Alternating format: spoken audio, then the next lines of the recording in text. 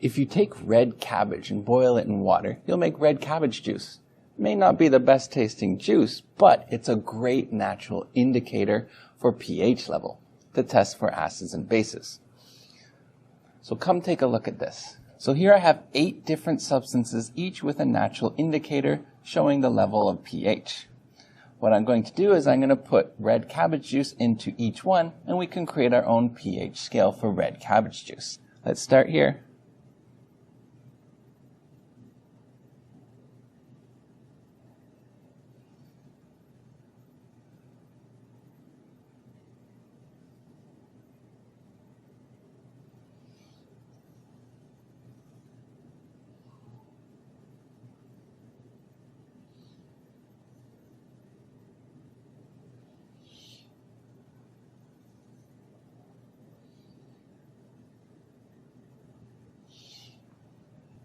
Now using that information, create your own pH scale for red cabbage juice.